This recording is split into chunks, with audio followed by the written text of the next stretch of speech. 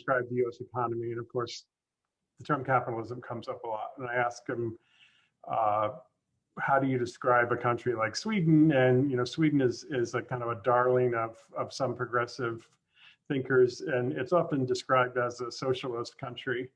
Do you think those are useful or accurate characterizations, or are they just gross oversimplifications? Yeah, I think that socialism has a definition of sorts. I wrote a book called "Socialism Sucks." It was a popular book, obviously, given the title. Yeah. But so I think the word has some meaning. But yeah, I think there is. The reality is it's a continuum. We have private property and markets on one end, and you have state control, regulation, and central planning on the other. And all countries have elements of both. And there's not like a bright line, but where you switch from being capitalist to socialist. A lot of the academic discourse outside of economics tends to, in my mind, at least the way I hear it, suggests that what you call economic freedom is in some ways unfair, or that it benefits certain aspects of society and is biased against other groups or types of societies.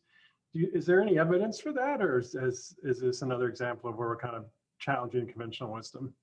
Not only is there not evidence, the evidence goes the other way.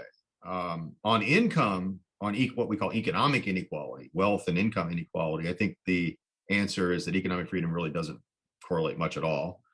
But if you look at other indicators of social justice, if you want to use that term, it's getting a little bit loaded, I think, unfortunately. But if you look at other measures of social progress, treatment of women, treatment of minorities, there's a couple scholars in Sweden, Nicholas Berggren, I think you know Nicholas, and his various co-authors, looking at how discrimination.